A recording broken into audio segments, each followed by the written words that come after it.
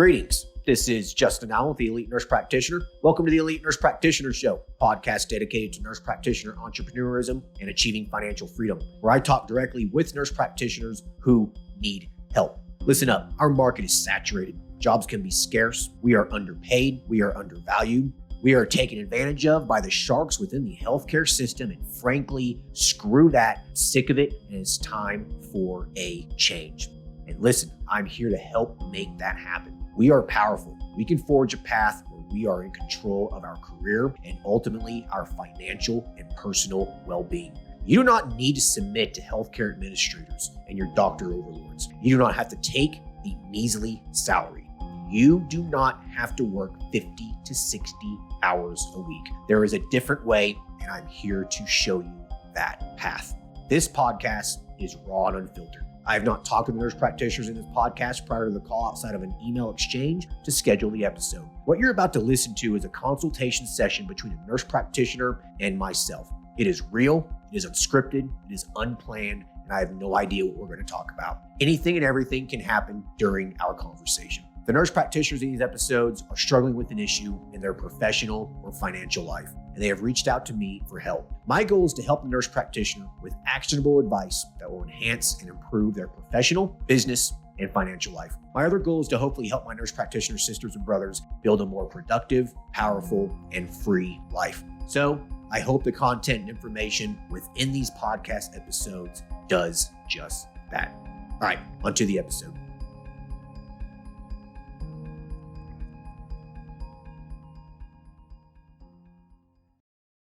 Hello, everyone. Today, we will be talking to Sam, who is a pediatric nurse practitioner practicing out of Arizona. She is currently working part-time as an IT data clinical analyst and as an adjunctive professor at 2 different universities. She recently started a side hustle focusing on mobile pediatric dermatology. She is needing assistance creating educational videos for her patients, their families, and other providers. She's needing help with email marketing and also how to do the home visits effectively. Hey, Sam, how are you? I'm good. Thanks, Justin. Thanks for having me. Yeah, no, thank you for coming on here. I really appreciate it. So let's just jump right in this. So tell me about yourself. How long have you been a nurse practitioner for? What kind of things have you've been doing for work? It sounds like you've been doing some pretty interesting things I haven't really heard of before, like clinical analyst and whatnot. So yeah, bring me up to speed with where you're at. How long have you been a nurse practitioner for and all that kind of fun stuff? I became a pediatric nurse practitioner in 2015, and I started to get a little burned out with the day-to-day of being a nurse practitioner about 3 years into practicing. So my hospital had an opportunity to move into IT. I created the notes that we charted on in ambulatory settings. So I did that for a few years and recently took a position where I work more on the data team. So we work with different clinics to track chronic disease management and help to leverage data to provide information to the clinicians so that they can make good decisions about if there's a gap in care or if certain patients need more reminders, because they're not coming in for appointments or lab values and what that would for changing practice. So I've always been very interested in different things. I like to do multiple things at one time. So it's no surprise that I would have about 4 to 5 jobs at one time. But last year became very clear that working at a big organization was not what I wanted to continue to do for my nurse practitioner life. So it did take a long time, about a year, to get comfortable with the idea of moving into an independent practice. And thankfully, Arizona is very friendly for being an independent nurse practitioner. So about September, started to make the slow change of searching out what EHR I wanted to use. I let my clinic know that I wasn't going to stay there and then stopped in January, and I've been doing a mobile pediatric dermatology clinic since January 1. Okay. And how's that going? It's slow. So if you know anything about pediatric dermatology, you know that it's a very high demand specialty with very few individuals. There's probably less than 500 certified pediatric dermatologists in the world. And underneath them, probably only about 25 to 50 advanced practice providers in the United States who've trained with pediatric dermatologists. So to tell you the truth, I thought that I would start the practice and all of a sudden everybody would know about me and I would be having lines of patients who needed to see me. And obviously that wasn't the case because marketing was hit or miss with a very loose strategy. So It's been very slow. And the patients who I enjoy the most and the ones who are most interested are families who are completely fine with a cash pay model and they want me to see them in their home. So I started the clinic with a primary focus of in office as needed because I have a wonderful group of FNPs who have their own practice not too far from me. And they said, hey, if you want to rent a space from me to be here, kind of limited time at a time that doesn't conflict with their patient load. So I see patients in the office if patients want that, but I really wanted to keep it very either asynchronous or via telehealth, and noticing that at least in Arizona, the home visits are really starting to be very popular because people will pay for people to come in their home, but obviously it's not everybody. So it's been slow, to put it nicely. Yeah. Well, I mean, you've only been open for 2 months at this point. Yeah. Yeah. Yeah. How many patients have you seen? I counted the other day, it's maybe about like 30, but that's also including in December, I did a soft start and kind of posted on the state nursing Facebook page that we have. Like, hey, I have a few spots I wanted to just kind of do trial runs for free. So it includes a few people from there. But I'll usually have like one or two people organically call me a week. I'm doing no ads right now.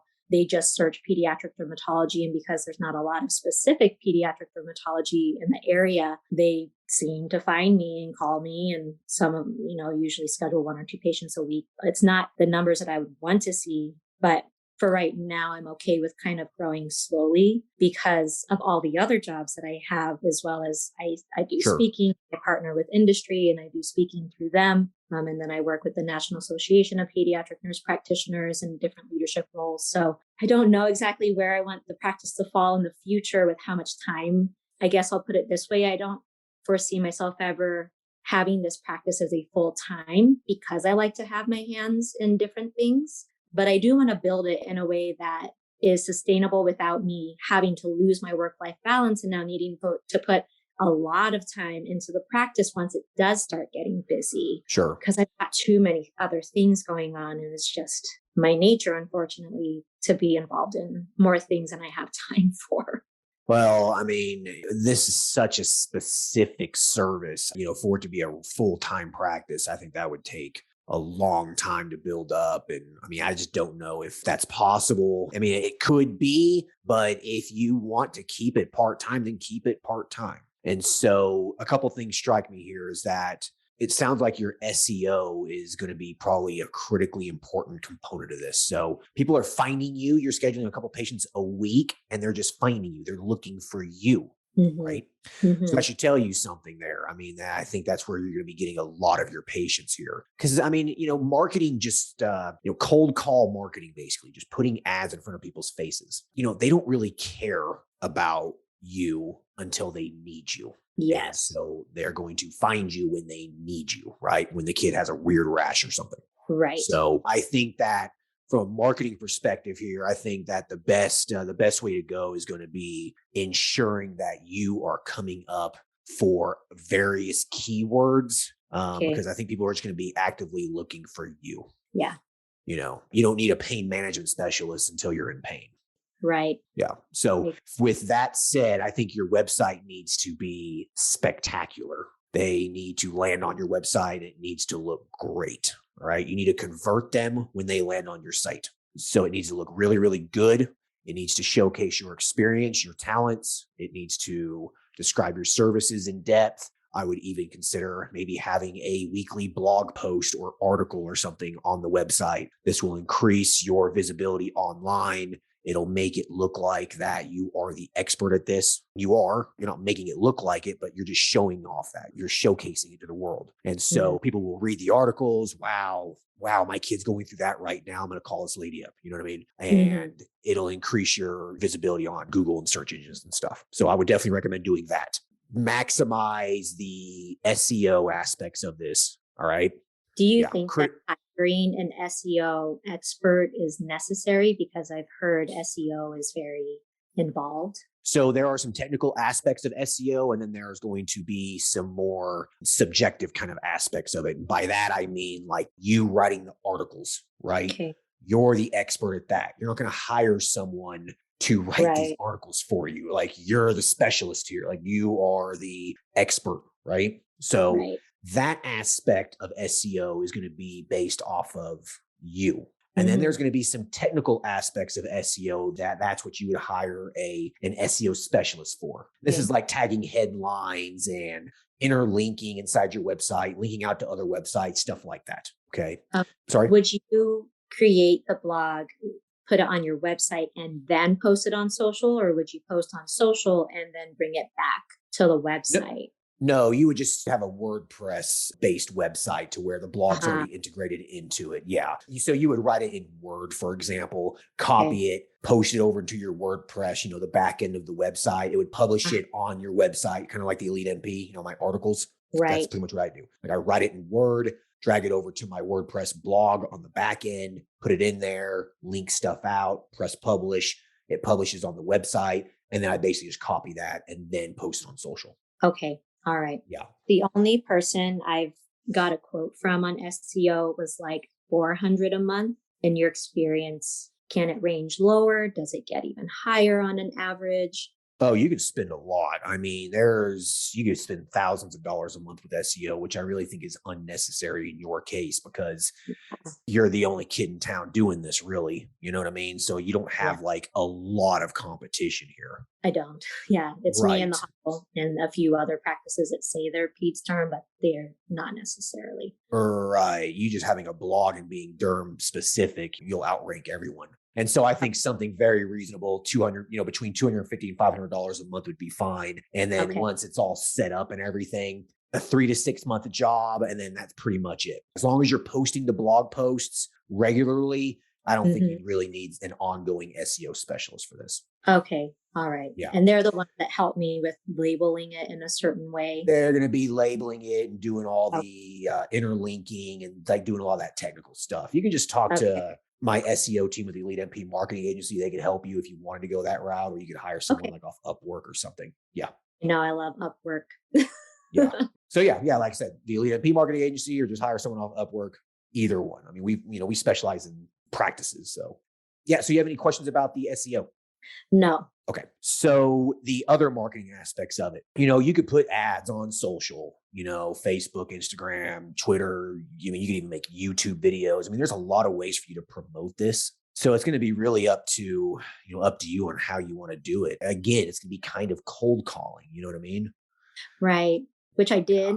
Yeah. And it was exhausting. And I don't like being strapped to my phone where every little ding is like, oh, did somebody actually like the ad? And like, it was just too soul sucking for me personally. But I'm not at the point where I want to hire somebody to do that as well. And I've played around with ads, maybe spending like $30 on an ad just to see how it does. And I think that you're right on the money. People don't necessarily want to see an ad about like an eczema home audit or treatments, but when they're looking for it and they're very interested. So the thing that worked the best for me, but it's also exhausting, is just being in the Facebook groups and just seeing like if somebody's writing about it and then try to appropriately say like, oh, I have a clinic if you'd like to, reach out, or here's like a little tip that you could start with. And if you wanted to reach out afterwards, if this lotion or recommendation doesn't work, but then it just gets too much into like, are you giving away all of your like information for free?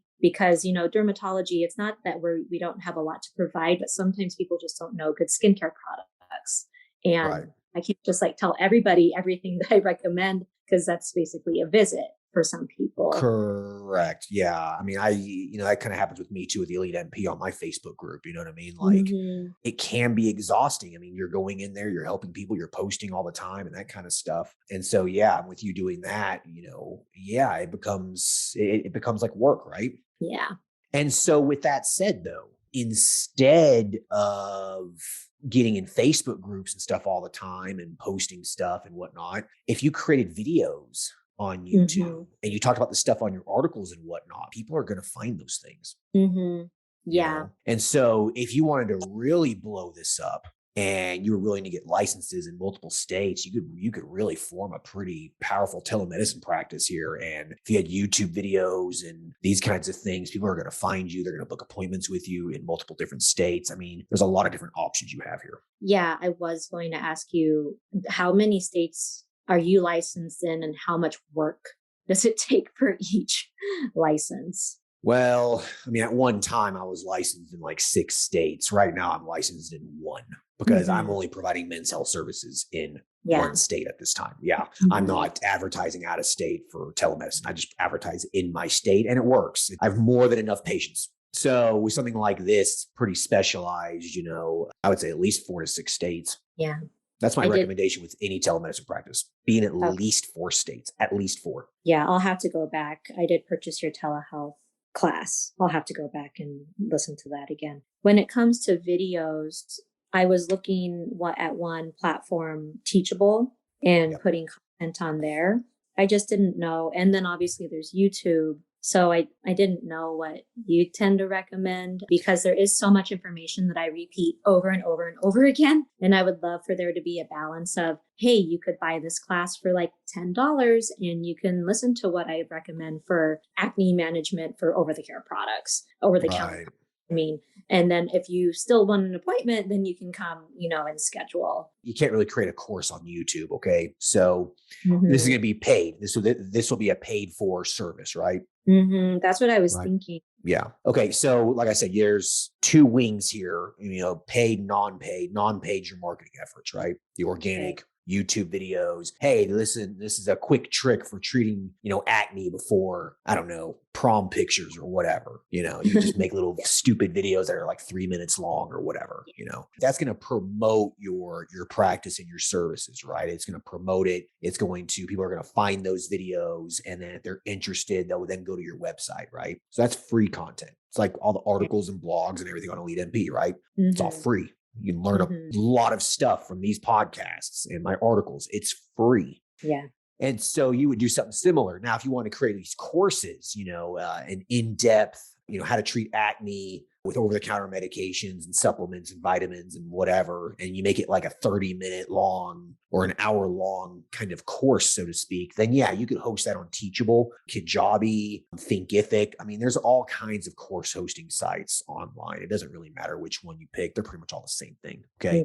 So it doesn't really matter which one you use. I like Teachable. It's what I use. Some people like Kajabi and some other things. So yeah, I looked up Teachable. It looked pretty user friendly and pretty obvious. If you pass a certain point, then you should pay for the full year membership versus then taking the 5%, 10% chunk out of it. I feel that will be where I'll be able to keep a work-life balance where I can sell the courses. It's repeating the same information that I talk about all the time. And I won't be spending my time in providing that information. And then when people want an appointment, then they'll take the next step. I guess as a mom, I worry because sometimes, I barely have enough time to watch a video. So I guess as a mom, I wonder if people are going to want to purchase that. Well, they're going to be modules. Yes. So it'll be just 3 or 4 minutes here and there. You know what I mean? Multiple modules. Yeah. Make them small and exactly. Yeah. Yeah. And I think that a lot of mothers would be more than happy to pay $10-$20 for something like that to be able to, treat their kids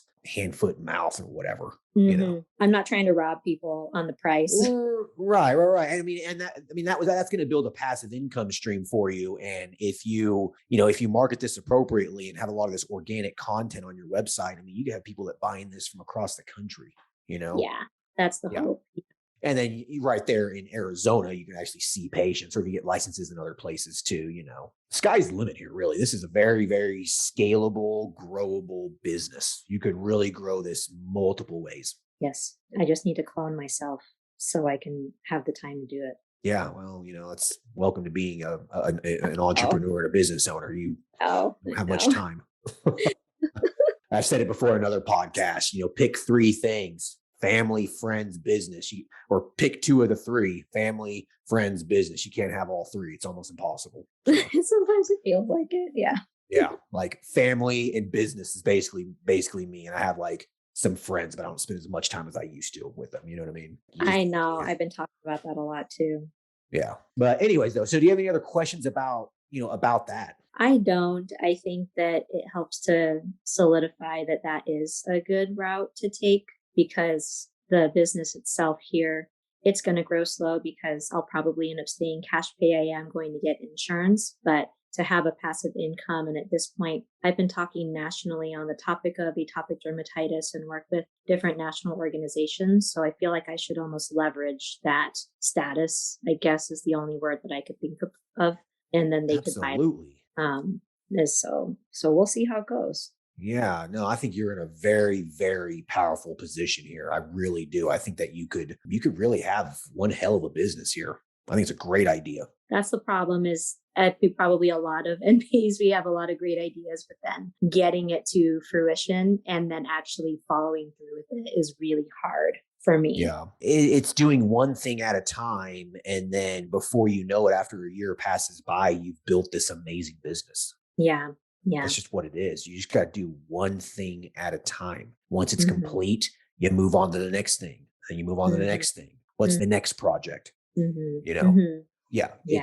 And then it just stacks. And then before you know it, you're like, you have 20 different courses on 20 different pediatric rashes. People are buying it all across the country. You have a YouTube channel. You're putting videos out. You got an article. You got blogs. You're seeing 15 patients a week at your practice. Like, you know what I mean? Like that, you could literally do that within 1 to 2 years. Easy. Yeah. Yeah. One thing at a time, though. I know. Right?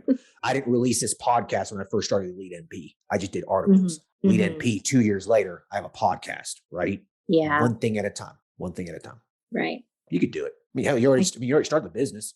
Yeah. That is true. It's going now. All right. So do you have any other questions in terms of telemedicine or, this course or the marketing aspect of it? No, I think that answers everything. Thank you. Okay. All right. You're welcome. So you had some concerns about doing home visits effectively. Yes. So the visits that I've done have been very fulfilling. But when I leave, it's like, oh my gosh, that was an hour and a half later. I don't know if that's okay. And then my first appointment, one of the babies woke up from a nap. So I went and met the sibling. And then the poor baby like broke a candle. So then we cleaned up together. And so like these oddball scenarios at the home visits inevitably, I think, extend the time that you're there. And I don't know, and it's probably just a personal question for me, but how long is too long? And how can you structure the visit where you're not there for 2 hours? Because clearly that's not going to be sustainable. No, that's not sustainable. You'll never make $1, but unless you're charging $400 or $500 for that, No, $150 and that's it. So $150, I feel like that should be 30 minutes plus, then you have the travel time and everything. You're looking at probably about an hour total, right? I know. Yes. Right. So, how much are you worth? What's your time worth? Is it worth $150 an hour? Is it worth $200 an hour? $300, $400, $50 an hour? Like, what's your time worth? I guess in my mind, it would be nice to be $100 an hour. Yeah. I think most nurse practitioners are worth $100 an hour. Yeah. I mean, why do you think I quit the urgent care? Right. I wasn't making $100 an hour anymore. I was like, my time is worth more than that. My time is worth $200 or $300 an hour at this point. So how much is your time worth? If you're saying $100 an hour, then okay, that's how much you're worth. And so you're charging $150. So, hour and a half. You're there at the house now, what, about an hour, you said? Maybe sometimes 2? Yeah, the first one was maybe an hour. The second one was 2 hours. The third one was an hour and a half. So yeah. So, those hour and a half visits, I mean, that's almost the $100 an hour mark. Yeah. But I guess my question for you is, why are you there that long? I mean, what's to complain? I mean, hour and a half visit. I don't think I've ever had an hour and a half visit my entire career as a nurse practitioner. I don't know what the hell I would talk about for an hour and a half.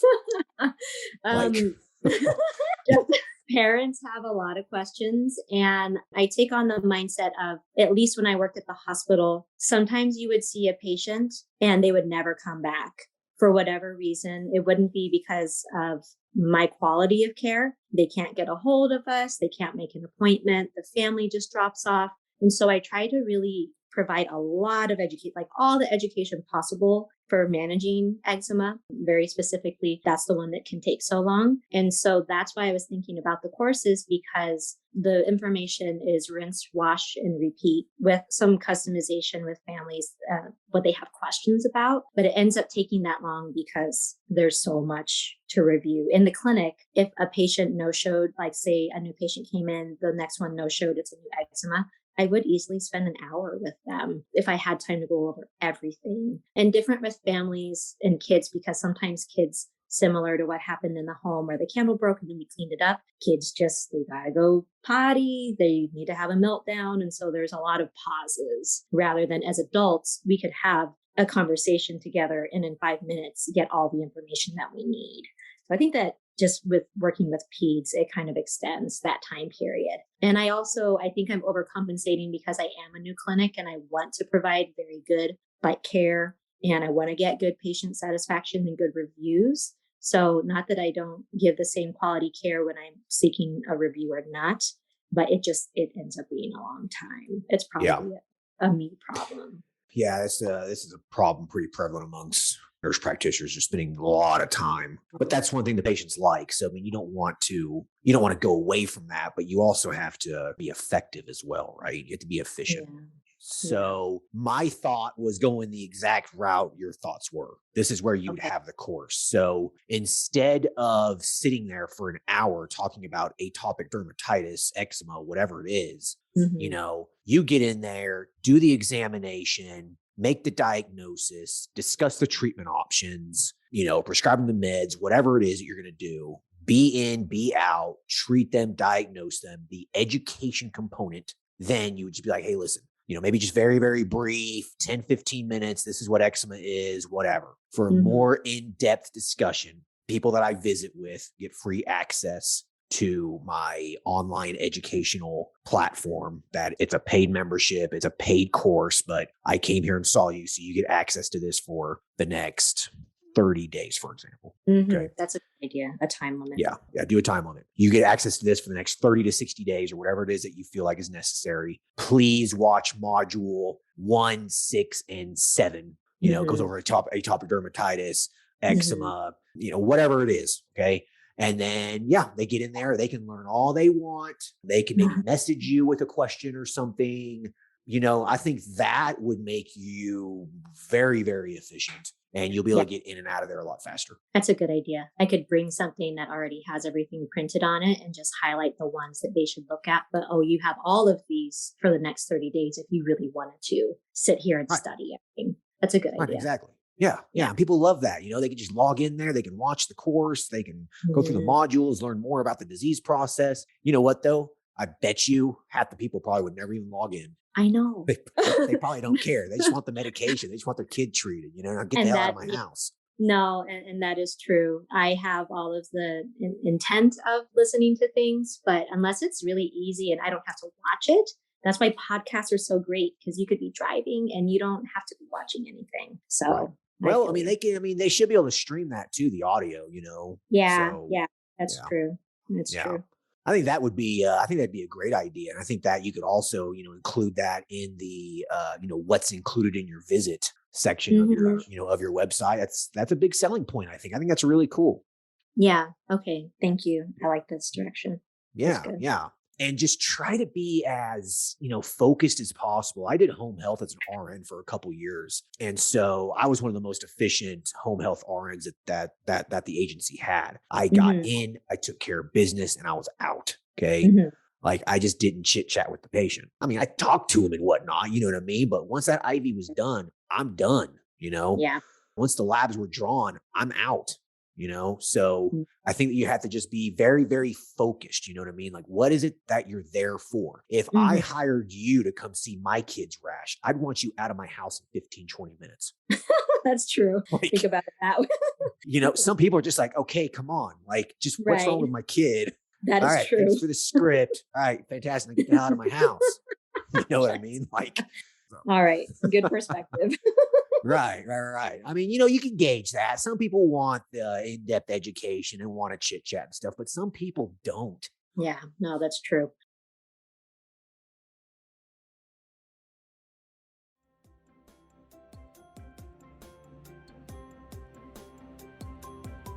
All right. I hope everyone's enjoying the episode so far. I just wanted to take a quick break to thank everyone listening and also give a big thank you to all of my social media followers and email subscribers. If you haven't done so yet, please subscribe to our email list at www.elitenp.com and make sure to follow us on Facebook, Instagram, and LinkedIn. Email subscribers will receive updates on new weekly podcast episodes, multiple weekly articles we publish, new courses, and everything else related to helping you succeed. Remember, all Elite Nurse Practitioner courses are designed to help you build a niche practice, increase your financial strength, and to break free from the rat race. If I can break free and that other countless nurse practitioners can break free, then so can you. Additionally, please share this podcast with your other nurse practitioner sisters and brothers out there. The more NPs that venture out on their own, the stronger our profession will become. Now, let's get back to the episode.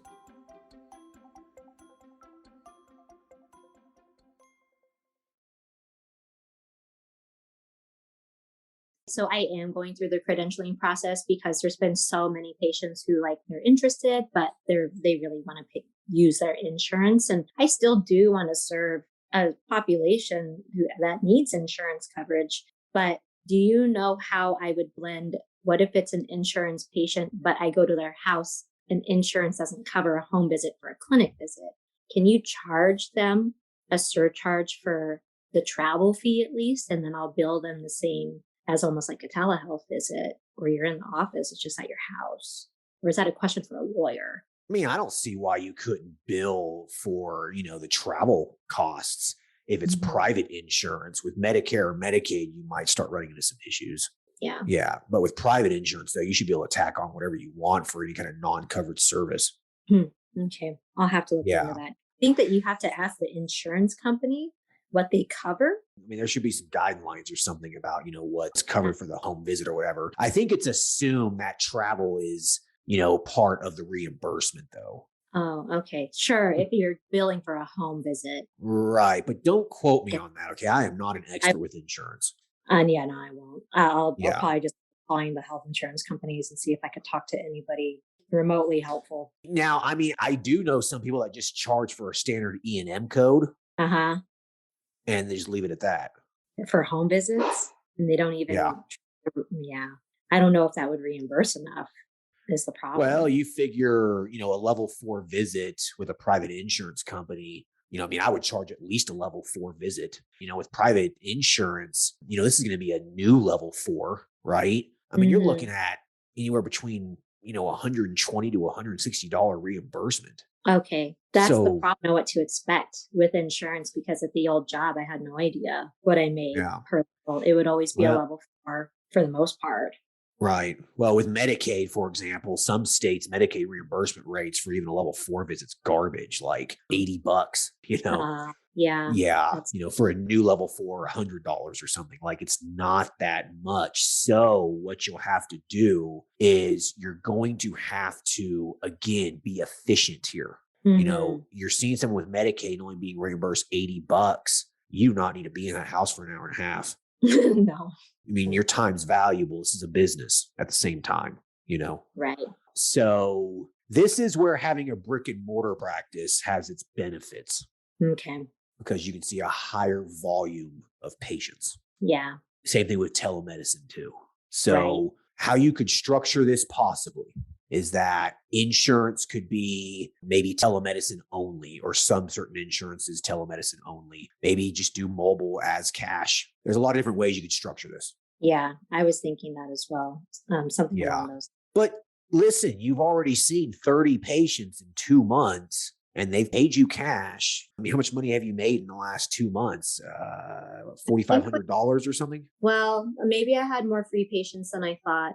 I think it's closer to like 2,000 to 2,500 because I do asynchronous visits where people can send in their photos and they could send in the history of the question that they have with the photos. And that's only $50 because it's the most convenient for me. I could be sitting watching my kid play at the park, get the photos, get the history. I already know what I want to do. So now I just need to kind of make it nice where I give them written instructions that make sense. And occasionally I'll do a video like Canva that details the instructions and send it back to them. So that's why it's so low, is because some people are really liking this asynchronous option. Yeah, no, that's great. Asynchronous is fantastic. That's something you can Mm-hmm. scale really quick.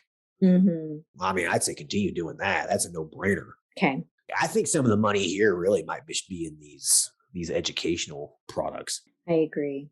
So yeah, with the insurance, so I think once you accept insurance, you're going to start seeing a lot more people. And I think that if you actually Yeah. got like a small brick and mortar practice or something, I think that you could potentially have a very, very busy practice because, you could give your information out to urgent cares and pediatric offices and just multiple different places. And Mhm. you could potentially have a lot of referrals and get the Right. word out pretty quick. Yeah. Yeah. That leads into my next question with the email. So I did emotionally pay for a list of the practice managers for pediatric offices in my area. So I have like 250 practice manager emails. And now I'm just like, okay, I paid for that. And they gave me like not a terrible price.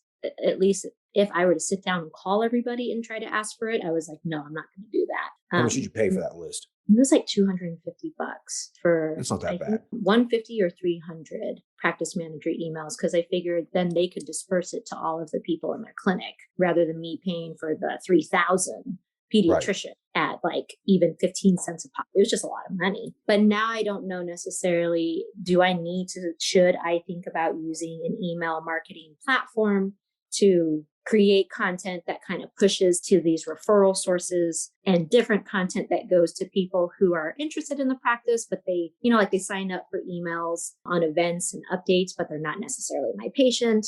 And then a separate bucket for people who are patients. And that's all me thinking about this, what I call CRM, or just all these, like what's it called? The MailChimp little filters. Yeah, email marketing yeah. I don't know if sending regular emails to the practice managers would be really worthwhile. You might want to just maybe create a set of like 5 to 10 emails that send out to those practice manager emails on a monthly basis and leave it at that. Okay. So when you get into places, when you get into these email marketing software platforms like MailChimp or Aweber or whatever, you can create campaigns. And so you would put that list in there of those 250 practice managers, and then you'd create a campaign of 10 different emails, pediatric dermatology office now open, right? Accepting patients now, whatever. And you just send them out monthly. Okay. And then after, 12 months or whatever, basically the campaign's done and that's it. Okay. Right. All right. And in terms of patient emails, absolutely, you should build a list. Okay. Make sure that they sign an electronic consent form, that they're actually consenting to being on your email list, and, they're consenting for electronic communication, that kind of thing. And yeah, you should be sending, maybe an email once a month about certain pediatric skincare products or conditions, or, it's that time of the year where you see hand, foot, mouth disease or whatever it is, And yeah, so then you're sending out like a monthly email to your patient list. If you have a website where you have YouTube videos linked out, you have articles, those kinds of things, you could have an email capture on your website for people who are interested in learning more about pediatric dermatology. And then they would be getting emails for when you release new videos, when you release new courses, whatever it is. So yeah, so you'd have different buckets here, right? Yeah, so one for practice managers, pediatricians or whatever, local places that would be referring patients to you, one for your patients, and then one for potential new patients, new customers. Okay, that's what I was thinking. So you do think that putting effort into that is a good idea? Oh, absolutely. There's just like too many things, Justin, to think about with marketing. And so I was going to focus on the email marketing, and then SEO has been around. I know that I should think about it, but then when you add in the Facebook ads and all the other stuff, and then you make videos, and it's just like, I don't have time for this. Well, first, the email is nothing. Setting that up is not that hard. Okay. It's really not that difficult. Once it's done kind of a thing. Yeah. But when you're creating videos and whatnot, you would just get into your email platform and, upload the new article or the new video or whatever, and then click send, and it sends to the entire list. It takes 5 minutes. Yeah. Okay. I guess I'm just used to writing for like journals or for books. And so it takes me a long time to write these things rather than writing in my voice, which can be, more dumbed down. 5th grade. Okay. All right. 5th grade. Like, this does not need to be This isn't a scholarly piece of work. This is, Right. Joe Schmo lining on your side wanting to read about dermatitis. Yeah. Like, Yeah. yeah. So 500 to 1,000 words. That's it. Okay. You should be able to crank one of those out in 30, 45 minutes. Yeah. Yeah. That'll be fine. Yeah. Okay. That's the thing about having an e-commerce business like this. Okay. And I need you to be aware of this, Mm-hmm. is that it takes a lot of work to create this content. Okay. Mm-hmm. But it can be worth it. Okay. Yeah. It's a lot of upfront work, but once you get the routines down and you get the hang of it and whatnot, it's really not that bad. Okay. All right. Are you a creative person? I am. I love like the marketing side and creating something that looks like visually good and appealing and like very to the point. Yeah. I usually need somebody to help me with the wording, because when I sit down and try to write anything, it just doesn't come out very good. It's just not very focused. Versus like my husband is great because he can come behind me and kind of clean it up where it makes a little bit more sense. Well, yeah, there you go. They can help you out with that. What you do is you could sit there and just write 10 or 20 articles on like a Saturday, knock out like a year's worth of, weekly articles or whatever. Mm-hmm. Right. Just FYI. Thank you. Yeah. Sometimes you just have to hear, like, in your mind, like, oh, you could do this, but sometimes you just have to hear somebody like validate it. Yep. That's what I'm here for. That's pretty much all I do is just reassure people half the time. It's good though. It's very encouraging. You're doing a really good thing for nurse practitioners. Thanks. It's really exciting to see this movement, like trailblazers in the field. That's fantastic. I mean, I can't believe how many NPs we've helped start practices in their own business. It blows my mind sometimes. I look back, 2 years ago when I first started this thing, and I'm just like, wow, I can't believe how many people have gotten off their ass and got started. It's crazy. It's amazing. It's really, especially in full practice states. It's you just need to get over that hump of uncomfortableness, and then it's so worth it. I would never go back to my old job, and it had its purpose, and I'm thankful for the time, but I've not felt this good about my work-life balance in a really long time. Not to say the financial struggles aren't there, but I don't think that there's any dollar amount that would ever get rid of a financial struggle for me personally. I'm just a worrywart, but this has been great to have my own practice. Yeah, isn't it? It's the most amazing thing in the world. Like it really being your own boss. Yeah, you can't put a dollar amount on it. The amount of freedom you have, and just it's great. Mm-hmm. You wake up whenever you want. It's great. I know. Yeah. Go on a hike or 2 hikes a day, and then like see one random patient and do an asynchronous visit. That's a successful day. Yeah. I was actually walking my dogs the other morning. It was like a beautiful morning, sunny, 75 degrees in February. I'm like, man, this is beautiful. Everyone else is at work. Right. I was like, these suckers. I'm like, I'm wearing gym shorts. I'm walking my dogs, listening to music. I was like, it's like 10 o'clock in the morning or whatever it was. I was like, this is great. Like, this is life. Absolutely. Well, hey, listen, do you have any other questions? I mean, it sounds like you got a fantastic idea here. Your head's in the right place. I mean, it sounds like you've thought through a lot of this. I think you're pretty good. So do you have, I don't know, do you have any other questions? I don't. I think I'm good. Thank you so much. No, you're welcome. Hey, listen, I like to end the episodes with you asking me a question. Is there anything that you would like to ask me? Personal question, anything, questions for, my businesses or anything? I guess, and you've answered it before maybe, but when do you know that you can scale and start hiring more people? Oh, no, actually, I have not been asked this question, so I'm glad you asked it. You'll know. You'll be pulling your hair out. Okay. Like, this is something that's not very difficult to find out. Okay. Like, you're going to be to the point where it's no longer fun. It's no longer freedom. It turns into another damn job. Okay. Okay. Right. You'll know. Trust me. You will know. You will be like, it's time for some help. I am sick and tired of answering the phone. I'm sick and tired of answering emails. I'm sick and tired of, collecting payments and doing this piddly, busy work basically. So once you get to the point where you find yourself doing more busy work versus income generating work, it's time to hire someone. It's time to hire some help. Okay. All right. Yeah. And like in terms of hiring like another provider, the first person you'll hire will probably be like a receptionist or a medical assistant or someone like that, answering the phones and doing more, busy work stuff. Hiring another provider, another nurse practitioner or whatever. That's when you are scheduling out, 2 to 4 weeks in advance Okay. And people are calling kind of pissed off that, appointments are so far ahead, and you find yourself like not having a whole lot of time to work on the business because you're seeing patients all the Okay. time. Yeah. Okay. And that's what happened with my men's health practice. Was I felt like I was like, I'm spending all the time seeing patients. I can't work on the business itself because I'm so busy, right? It's an income generating activity. I'm making money because I'm seeing patients, but at the same time, it's kind of busy work as well. So at that point, I was like, I need to hire another nurse practitioner. And that was the best thing I've ever done. And I hired another one. I have 2 of them working for me now. Best thing I've Nice. ever done. Yeah, it's Yeah, great. that's awesome. Good for you. You'll get there too if you scale this. I promise you, you will. Yeah. Yeah. Hard to believe right now. But yeah, ask me in a year, I guess. You will. You will. As long as you keep doing, you know what I mean? Don't stop. Keep working on it. Keep investing money back into the business. Within a year, I promise you, this should be a pretty successful business. I'm confident about that. This is a great idea.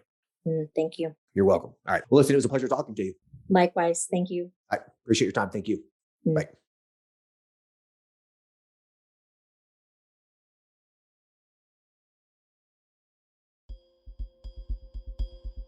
I hope everyone enjoyed the conversation with Sam. I think Sam's idea is fantastic. It's very, very unique. I think she's going to do very, very well. I think a big concept here you need to walk away from this is be thinking about why people will be looking for you.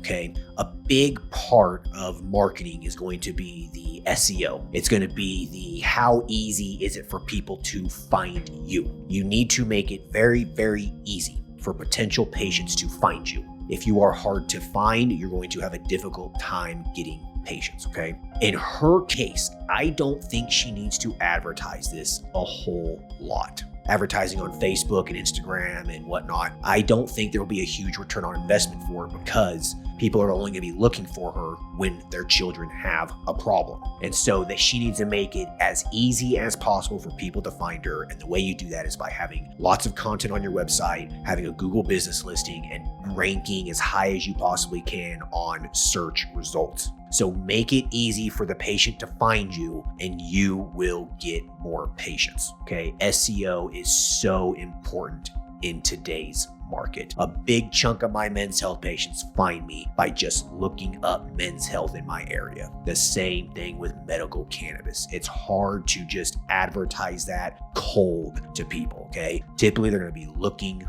for you. So make it easy for them to find you, okay? All right. Hope everyone enjoyed this episode. Talk to you guys later. Take care. Bye.